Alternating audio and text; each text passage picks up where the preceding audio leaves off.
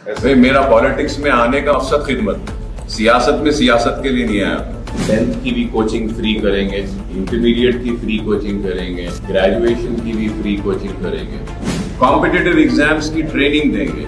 Bank में vacancies आते हैं, रेलवेज में आते हैं, इंडियन आर्मी में आते हैं, कई जॉब्स खुलते हैं, लेकिन यहाँ के लोगों को नहीं मालूम, तो हम वो गाइड करेंगे। क्यों नहीं आप पढ़े लिखे लोग उसमें अप्लाई करते हैं? आप बोलिए एक टीचर जो बीएड है, एमएड है, क्वालिफाइड है, आज उन्हें दाने दाने को तरस रहा है और गवर्नमेंट की तरफ से सिर्फ 2 महीने देके उसके बाद बंद कर दिया, उसके बारे में कोई नहीं बोल रहा है। भाई मेरा पॉलिटिक्स में आने का मकसद खिदमत है। पॉलिटिक्स में आना पॉलिटिक्स के लिए मेरा मकसद नहीं। लोग मुझे जानते हैं, पहचानते हैं मेरे तकरीर के लिए, मगर मैं चाहता हूं कि लोग मुझे जाने पहचाने मेरी काम की वजह से। लोग जो है तो बातें बड़ी बड़ी करते हैं, सुनहरे ख्वाब दिखाते हैं, वोट लेते हैं, उसके बाद आवाम की खिदमत नहीं करते हैं। लेकिन मैं खिदमत करता हूं, बातें भी करता हूं, काम भी करता हूं, और मेरा मकसद सियासत में खिदमत है। सियासत में सियासत के लिए नहीं आया। अगर मेरी खिदमत में अगर कोई कमी हो रही है तो आप सवाल करिए।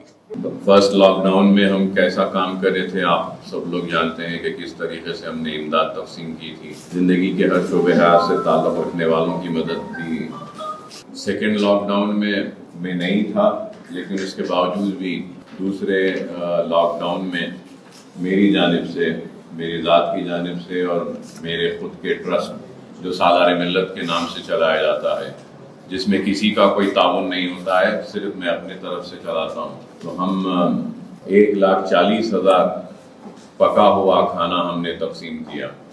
और फिर 20 लाख रुपया हल्के असम्बली चंद्रायन गुट्टे में ऑक्सीजन सिलेंडर्स के तकसीम और रीफिलिंग के लिए मैंने अपनी जानिब से, मेरे कॉरपोरेटर्स के जरिए हमने किया।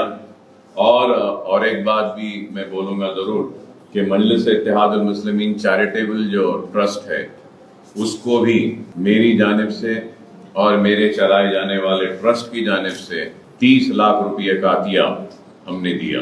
तो ये सेकंड लॉकडाउन में भी 30 लाख रुपये मजलिस चैरिटेबल ट्रस्ट को हमने अपनी जानिब से दिया, जिसके ज़रिए चंद्रायन गुट्टे के मुतासरा और ऑक्सीजन की ज़रूरतमंद लोगों की मदद की गई। और वो मजलिस चैरिटेबल ट्रस्ट के ज़रिए ऑनलाइन जो ट्रीटमेंट किया जा रहा था, उसमें भी हमारी जानिब से ताउन हुआ उस 30 लाख के ज़रिए। और फिर 20 लाख अलहदा हमने अपनी जानिब से अपने कॉरपोरेटर्स के ज़रिए कई लोगों को हमने ऑक्सीजन सिलेंडर्स की तकसीम की। करीब फिर से 95 लाख रुपया हमने सर्व किया सेकेंड लॉकडाउन में भी। और अगर हम 2019 से लेकर अगर आज तक देखें तो अब तक हम हमारे स्कूल्स पर करीब 50 करोड़ रुपये का सर्फा कर चुके हैं, और आगे भी सर्व करना है और ये स्कूल्स को कंप्लीट करना है।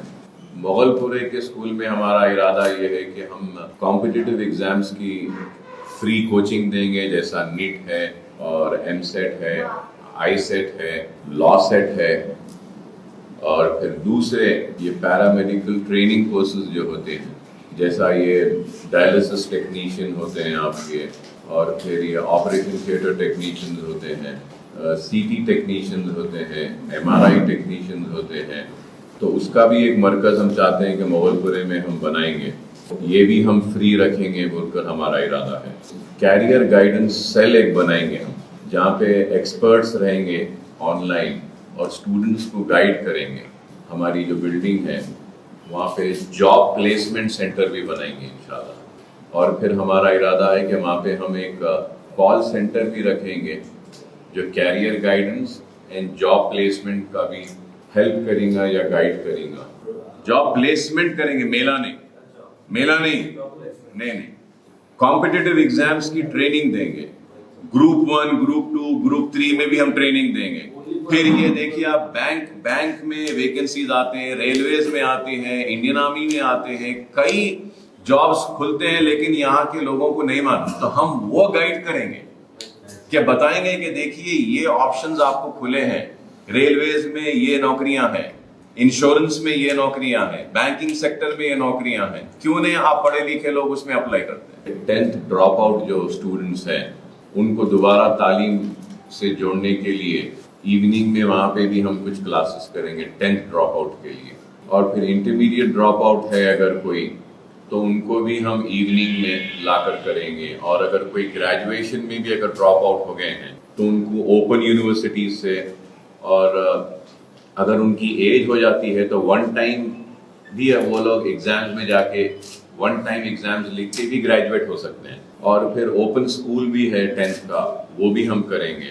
اور پھر اس کے ساتھ ساتھ ہمارا ارادہ ہے کہ 10th کی بھی کوچنگ فری کریں گے, انٹرمیڈیٹ کی فری کوچنگ کریں گے, گریجویشن کی بھی فری کوچنگ کریں گے.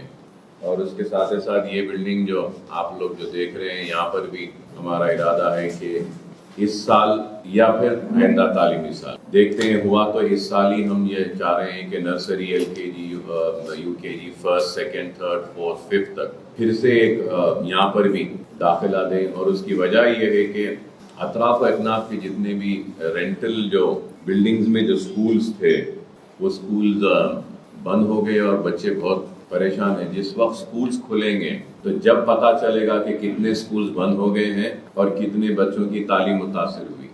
سب سے زیادہ پریشان حال وہ اساتذہ ہیں جو سکولز بند ہونے کی وجہ سے ان کو کچھ تنخواہیں نہیں ملی, تو ان کے بھی مدد کا ہم نے وعدہ کیا تھا. انشاءاللہ ہم اپنے اعلان کے مطابق درخواستوں کو طلب کریں گے. حلقہ اسمبلی چندرائن گٹے کے جتنے ٹیچرز ہیں ان کو ہماری جانب سے کچھ راشن دیں گے اور 2000 روپے کی امداد بھی ہم اپنی طرف سے دیں گے. دیکھیے صاحب کیا ہے, اس میں آپ ایک طرفہ ہی بات کرتے ہیں, آپ صرف پیرنٹس کی انٹرسٹ کی بات کر رہے ہیں. بالکل صحیح ہے, بالکل صحیح ہے کہ آن لائن کلاسز ہوئے, سکولز بند تھے, اس کے بعد میں فیس لے رہے ہیں, نہیں لینا چاہیے. لیکن اس کا دوسرا رخ یہ بھی ہے کہ آپ لوگ خود بول رہے ہیں کہ کئی کرائے کے بلڈنگوں میں چلنے والے سکولز بند ہو گئے. تو کیوں بند ہوئے تھے؟ آپ بولیے. ایک ٹیچر جو BEd ہے, MAd ہے, کوالیفائڈ ہے, آج انہیں دانے دانے کو ترس رہا ہے. کوئی اس کی بات نہیں کر رہے اس ٹیچر کی. اس کے بعد ڈگری ہے اس کے پاس, کئی بچوں کو پڑھا رہا تھا وہ, اور 1 سال سے سکول بند ہے اور گورنمنٹ کی طرف سے صرف 2 مہینے دے کے اس کے بعد بند کر دیے, نہیں دیے اس کو. تو وہ ایک پڑھا لکھا آدمی آج روڈ پر ہے, اس کے بارے میں کوئی نہیں بول رہا ہے. اس کے بارے میں بھی تو بولنا چاہیے نا. میری ساری ہمدردیاں ان ٹیچرز کے ساتھ ہیں اور میری جانب سے جو بھی ہو سکتا ہے میں ان ٹیچرز کی میں مدد کروں گا, کیونکہ ضروری ہے ان کے لیے, وہ میں کروں گا, اس لیے میں کر رہا ہوں یہ چیز. اور کووڈ میں جن بچوں کے پیرنٹس کا انتقال ہو گیا ان بچوں کی فری تعلیم ہمارے سکولز میں چندرائن گٹے کی اسمبلی کانسٹیٹنسی کے حد تک ہم ان بچوں کا انتظام کریں گے.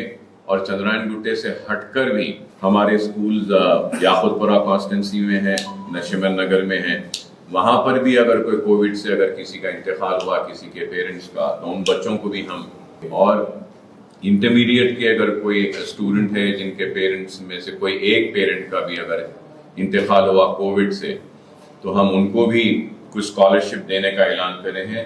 4000 روپیز انٹرمیڈیٹ کے اسٹوڈنٹس کو دیں گے.